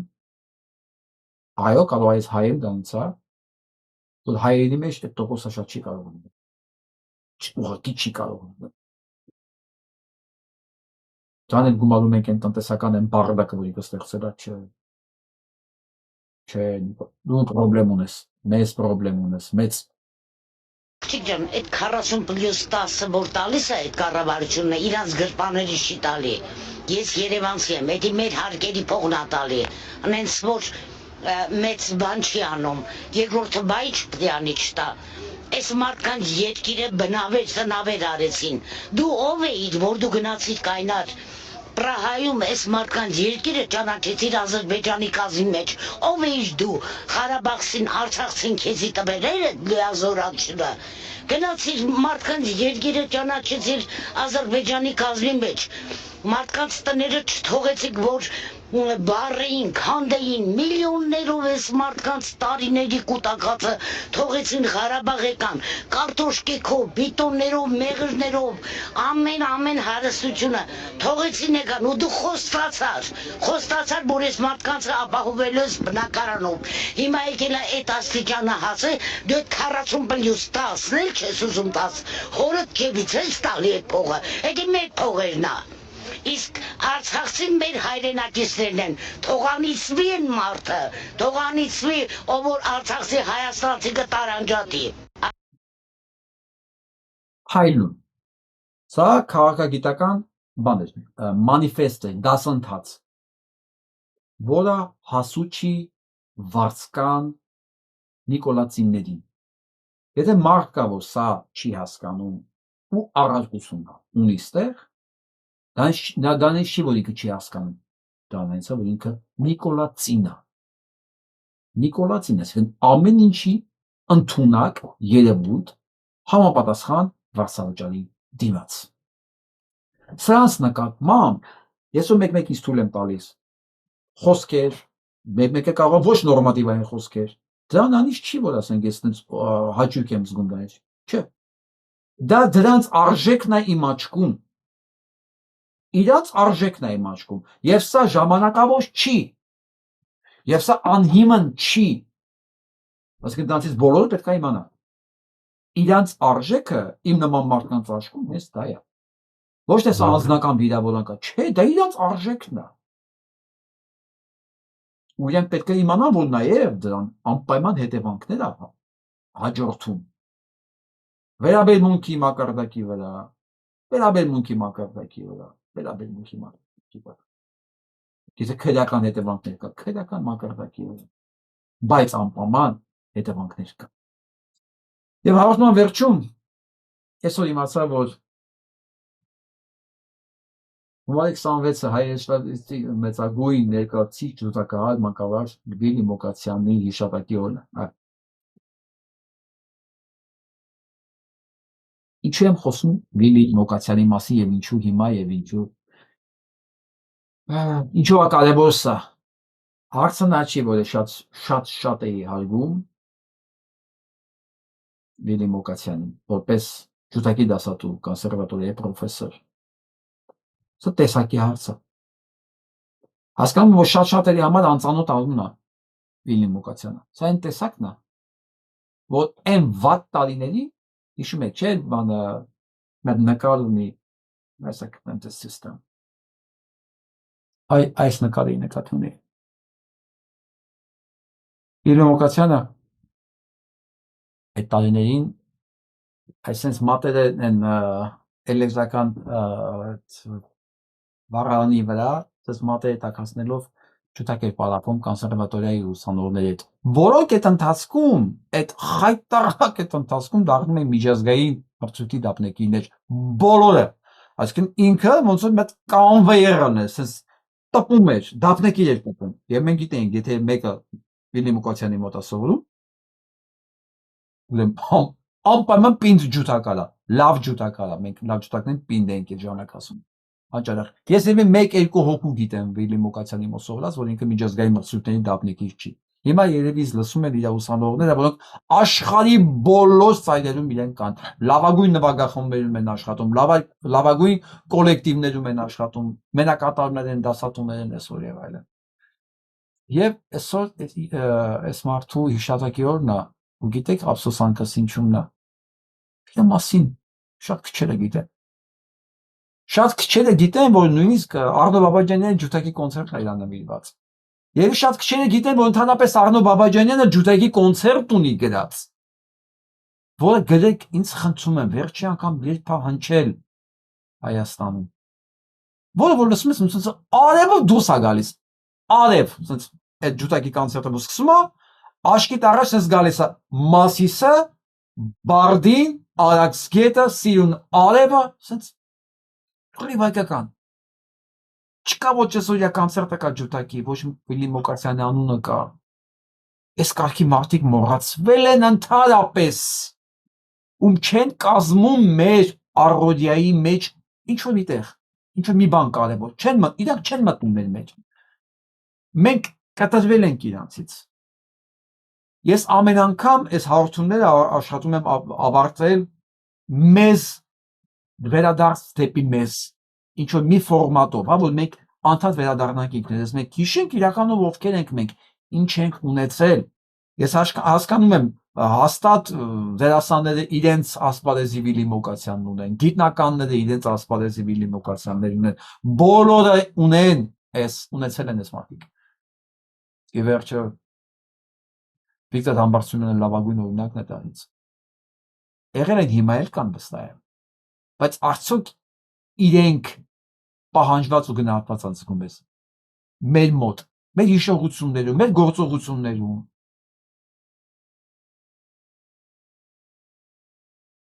Չգիտեմ։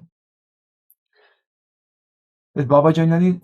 այսքանի օր էլի տես դետալներ եմ կարդում, նայում Բաբաջանյանի մասին, մի հատ հետաքրքիր պատմություն կա, երբ որ Տոմսկում ինքը դուրս է գալիս իր համերգից։ Եվ փողոցում դիմավորում են, ժպտում են, մոտենում են, բարև են տալիս ու ոչ թե համերգից են խոսում, այլ սկսում են երգել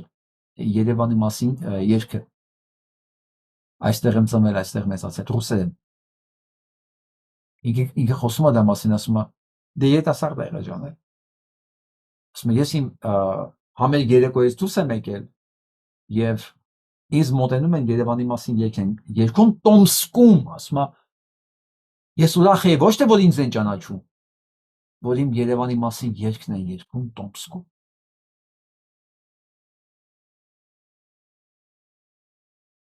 Բա մենք ինչ եղանք, ուր կորավ մեր այդ տեսակը։ Եթե ուզում եք իմանաք, ինքը ոչ մի տեղ չի կորել, ինքը կա, ինքը իր գնահատողին է սպասում։ Երկու օր առաջ չէ, ես ասեցի մեր Հադրութի կոմպոզիտորին, որ արժանացել աշխարհի ամենալավագույն մրցանակներից մեկին, որոնք տրվում են կոմպոզիտորներին։ Կան այդ երեխեքը, կան այդ մարդիկ, այսօր իրենք երիտասարդներ, վաղը դառնալու են ավելի մեծ երաժիշտներ, կոմպոզիտորներ կան, չգիտեմ գրողներ, կան այդ մարդիկ, իրանք մեր աջակցության, մեր խնամքի կարիք ունեն։ Իրանք որ զգան, իրենց մասին հիշող կա, գնահատող կա, սպասող կա իրանց, արժևորող կա, որտեղ իրանց ոչ մի բան պետք չէ։ Բացարձակապես Վիլյամ Մոկասյանին հիշում է, մենակ ժպիտ առաջանում։ Դասանի կողքով անցնում էինք, ձենը անդադ գալիս է ձեթից։ Լորիս Ճախնավոյանը երևի հիշում եք բոլորդ, այսինքն ովքեր ճանաչում են, սենյակ էր առանձնացել ֆիլհարմոնիայի, որ ինքը կարողանար ձմեռներ աշխատել, դու կոնսերվատորիան փակել չենք կարող, մենք դիրիժորները չափ տալուց սառում էինք այնտեղ, որ ինքը կարողանար գոնե իր ուսանողներին պարապել, որովհետև մենք գնում ենք հյուրախաղերի իր ուսանողներին, մեր այդ մենակատարների դերում եւ այլն։ Այս ժամանակ ով ինչով կարողանում էր այս կարգի մարդկանց օգնել։ Որովհետև բոլոր խելացի մարդիկ հասկանում էին, որ այս ամեն ինչը անցնելու է։ Գործն է մնալու, այս արած գործն է մնալու։ Այսօրվա իշխանություններին էլ եմ ուզում ասել։ Լսեք, Բաբաջանյանի բանի ով է հիշում այդ երգը, ես էլ ասեմ ու վերջացնեմ սրանով։ Կարալևա Կրասատի, ամենահայտնի երգերից էր։ Այդ երգը դառնում է, թերթ հարցում է անում, դառնում է կարմար լավագույն երգ։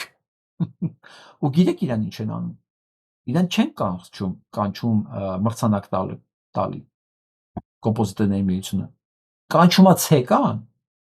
ու նկատողություն է տալու, զրկում է բանի Բաբաջանյանի 1 տարի Խրուշչովն ալու մեջ ժամանակ։ Որտարապես այդ երկը հնչի։ Ոնց թե Կարալևա, ոնց թե Թագուհի։ Էս ինչ բան է, սովետական միությունը ինչ Թագուհի, դες ինչ հետը Թագուհի հետ էլ թվիստ ես գրել։ Ու այդ հաղորդման մեջ ինձ հետաքրքիր ասվեց, ասում է Խրուշչովը զրկեց Բաբաջանյանին, հետո եկավ Բրեժնևը զրկեց Խրուշչովին իր պաշտոնից։ Եվ վերականգնվեց Բաբաջանյանը եւ սկսեց նույն երգը ավելի շատ հնչել։ Ինչ եմ ուզում ասել։ Բաբաջանյանները, Մոկասյանները բոլոր մնալու են։ Ով է հիշում այդ չինովնիկներին այսօր, որ առիթից օգտված լեզուները հանեկցել էին դուրս Բաբաջանյանի դեմ, որ հա, էսի են վատ կամպոզիտորներից, հա, բուրժուական երաժշտություն է գրում ինքը, հա, երիտասարդների գլուխն է լվանում բուրժուական կայֆերով, ով է հիշում դրանց, Բաբաջանյանը մնաց, Վիլյամ Ղուկասյանն էլ մնալու իր աշակերտներով, իր հարցություններով, իր կատարումներով, մինչդեռ Բաբաջանյանի ջութակի կոնցերտը հենց ինքն էլ կատարում է, բայց ես այդ մասին չէի իմանա, եթե իր թաղման օրը այդ երաժշտությունը չհնչեր, ես շշմել էի, ֆանտաստիկ գործ է, ով է այս գործը, ով է նվագում սես, պարզվեց հենց ինքն է նվագում, հենց ինքն է նվագում, սա գրել է Բաբաջանյանը, ով է հիշում, ով գիտե այդ մասին, բայց ես ոնց նեղանամ գերմանացուց, որ ինքը չգիտի դա, եթե ես չգիտեմ, եթե իմ հայրենակիցը չգիտի, եթե ես չեմ արժևորում իմ ունեցածը, ոնց կարող է ուրիշ մարդ արժևորի։